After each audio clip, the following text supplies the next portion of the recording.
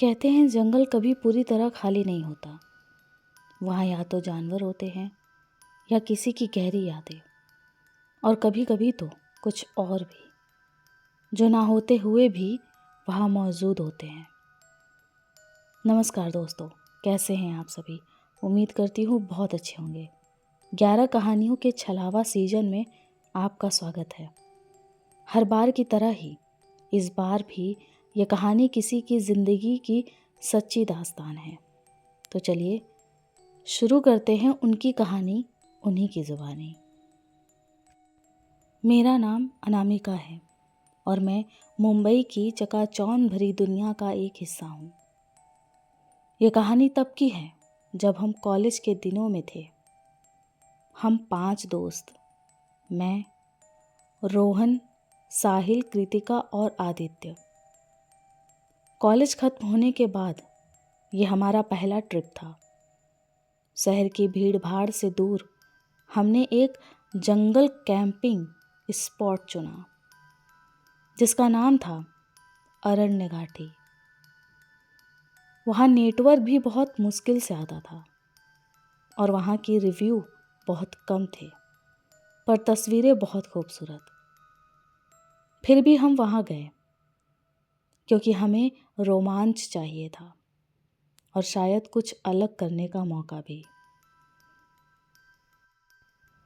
पहले ही दिन जंगल पहुँचते पहुँचते हमें शाम हो गई, लेकिन जब हम जंगल पहुँचे तो हम बहुत खुश थे क्योंकि वहाँ लंबे पेड़, गीली मिट्टी की गंध और हवा में अजीब ठंडक थी जो हमें अपनी ओर खींच रही थी। सच कहूँ तो हम ऐसी जगह पहली बार गए थे जहाँ पर एक अजीब सा सुकून था। मेरे साथ साथ मेरे दोस्तों को भी वो जगह बहुत पसंद आई। हमने जंगल की खूबसूरती की फ़ोटो खींची और फिर उसके बाद हमने टेंट लगाना शुरू किया। हमने टेंट लगाया ही था कि पीछे से एक आवाज़ आई।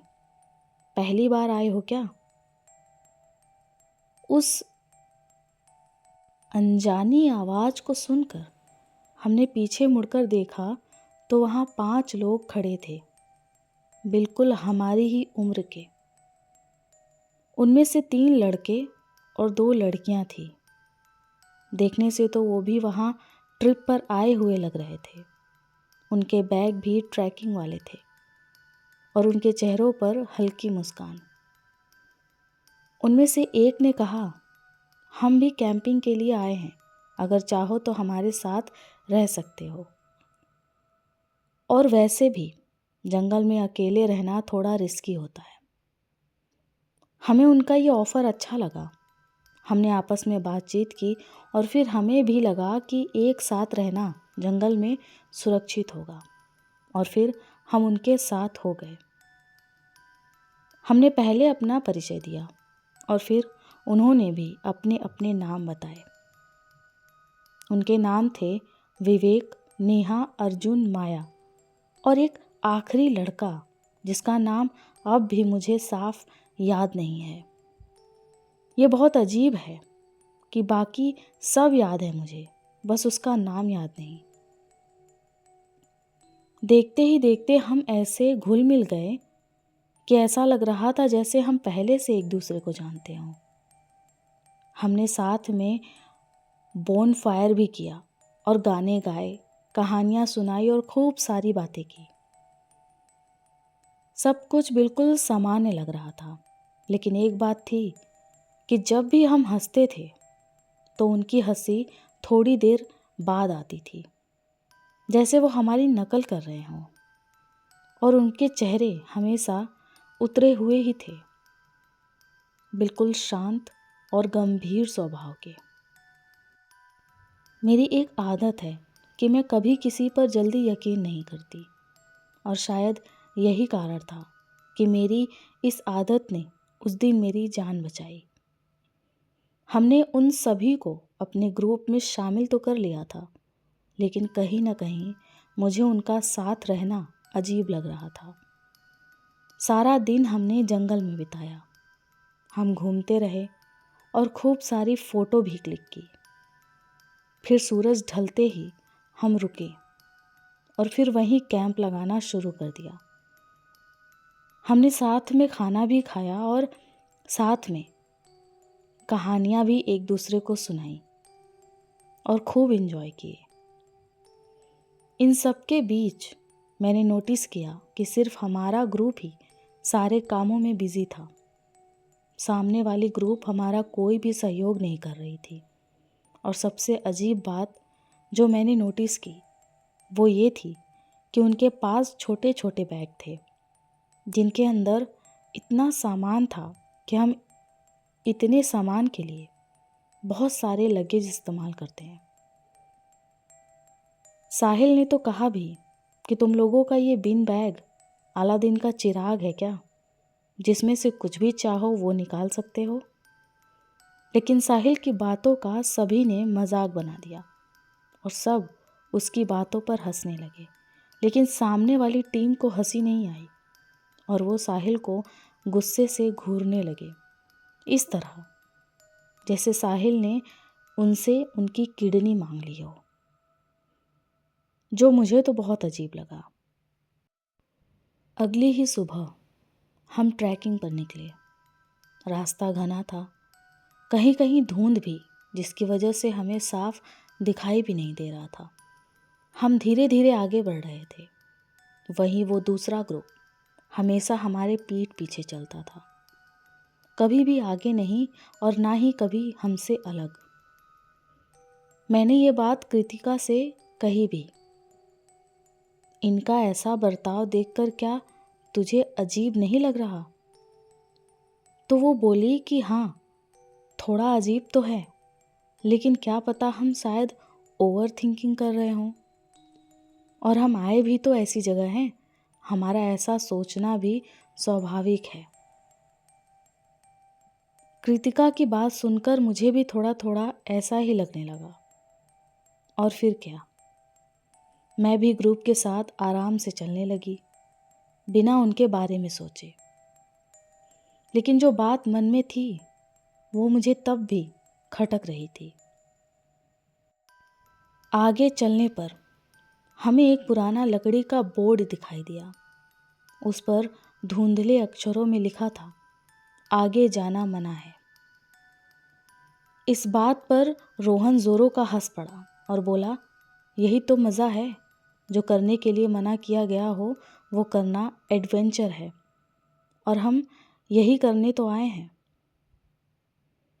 और फिर हम आगे बढ़ने लगे। लेकिन जैसे ही हम आगे बढ़े, मुझे लगा जैसे जंगल की आवाज़ बदल गई हो। पक्षियों की आवाज़ आनी बिल्कुल बंद हो चुकी थी, जो थोड़ी देर पहले ज़ोरों से हमारे कानों में रस घोल रही थी। और हवा भी भारी हो गई। हम सब बहुत हैरान थे। अचानक मौसम में बदलाव कैसा? हम सब कुछ सोच समझ पाते कि तभी अचानक बादलों की गड़गड़ाहट ने हमें चौंका दिया। अचानक बारिश शुरू हो गई और हमें मजबूरन वहीं बारिश से बचने के लिए टेंट लगाना पड़ा। हालांकि वहाँ पर अच्छी ज़मीन नहीं थी, कटीली झाड़ियों के बीच ही हमें रुकना पड़ा। हमने सबने मिलकर टेंट लगाया, एक बहुत बड़ा टेंट जिसके अंदर हम सभी आराम से सो सकें। लेकिन वही दूसरी टीम ने कहा कि वो अपना दूसरा टेंट लगाएंगे और वो सभी उस टेंट में रहेंगे। रात हो चुकी थी। हमने टेंट के अंदर ही खाना बनाना शुरू कर दिया और फिर ग्रुप में बैठकर बातें करने लगे। बातों ही बातों में आदित्य ने कहा कि यार, हम सब यहाँ आए तो हैं, लेकिन अरण्य घाटी के बारे में हम ज़्यादा नहीं जानते। तभी मैंने कहा, तो फिर चलो देखते हैं इस जगह का इतिहास। और फिर आदित्य ने तुरंत ही मोबाइल का नेटवर्क चेक करना शुरू कर दिया। कुछ देर बाद कोशिश करने पर अचानक मोबाइल में हल्का नेटवर्क आया और फिर आदित्य ने अरण्य घाटी को सर्च किया। शुरू में तो अरण्य घाटी का इतिहास पढ़कर हमें बहुत अच्छा लगा, लेकिन फिर अरण्य घाटी का पिछले 3 सालों का रिकॉर्ड इतिहास हमारे सामने आया। और फिर हमने जो पढ़ा उसने हम सबके रोंगटे खड़े कर दिए। पिछले 3 सालों का इतिहास पढ़कर हमें ऐसा लग रहा था जैसे हमने अरण्य घाटी में कैंपिंग करने का सोचकर अपनी जिंदगी की बहुत बड़ी गलती कर दी। उसमें लिखा था कि एक बहुत बड़ी दुर्घटना के बाद 3 साल पहले अरण्य घाटी के उस हिस्से को बंद कर दिया गया जिस हिस्से में हम अभी खड़े थे। ये पढ़कर हम सब चौंक गए, क्योंकि अंदर आते समय हमें ना ही कोई ऐसा बोर्ड दिखा था जिस पर लिखा हो कि अंदर जाना मना है, और ना ही कोई ऐसी सीमा जिसे देखकर हमें ये मालूम हो कि अंदर नहीं जाना है। तभी आदित्य के दिमाग की बत्ती जली और उसने 3 साल पहले हुई दुर्घटना को सर्च किया। पहली जो लिंक खुली उसमें लिखा था कि 3 साल पहले यहाँ कैंपिंग पर आए 5 युवाओं की मौत हुई।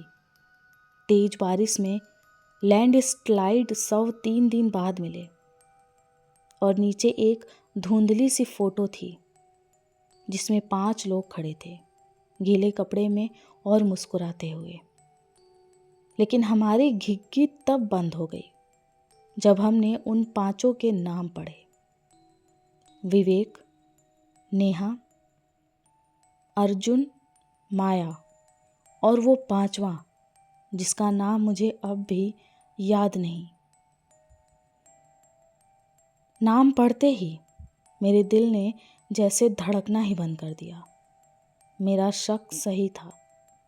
मैंने धीरे से अपने दोस्तों से कहा।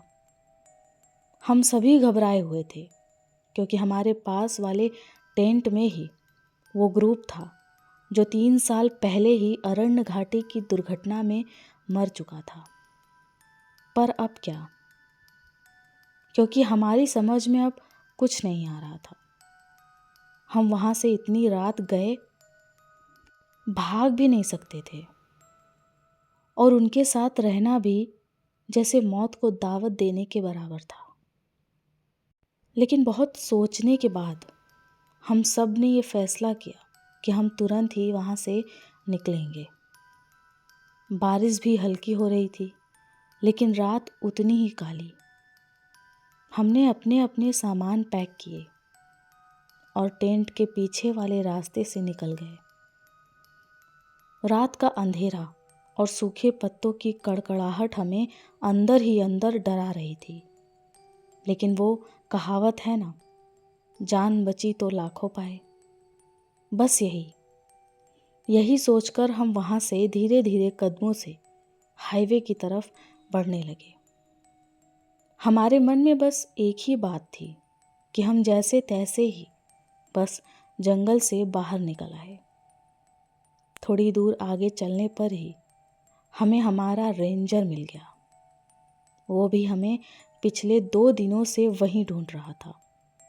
उसे देखकर हमारी जान में जान आई, और जब हम उसे दिखे तो वो हमें बड़ी ही अजीब नज़रों से देख रहा था। ऐसा लग रहा था कि अभी हमें कच्चा चबा जाएगा। उसने कहा कि आप सब इधर से कैसे आ रहे हो? पर उसके सवालों का हमारे पास कोई जवाब नहीं था, क्योंकि उसने जंगल की जिस एरिया में हमें भेजा था, हम वहाँ से बिल्कुल विपरीत दिशा से वापस लौट रहे थे। डर के मारे हमारी हालत इतनी ख़राब थी कि उसने हमें पहले जीप में बिठाया और कुछ दूर पर एक ढाबे पर ले गया। वहाँ पहुंचकर हमने थोड़ी सांस ली, और फिर रेंजर ने हमसे पूछा, तुम लोग उस जोन में कैसे चले गए? वो जगह 3 साल से बंद है। यहाँ पिछले 3 साल से कोई ग्रुप नहीं आया, और वहाँ जाना भी मना है। पर हमारे पास फिर से कहने के लिए कुछ भी नहीं था। आदित्य ने तुरंत वो कैमरा निकाला जिस कैमरे से हमने फ़ोटोज़ क्लिक की थी। उन सारी फ़ोटोज़ में हमारे ग्रुप के अलावा और कोई दूसरा ग्रुप नहीं था।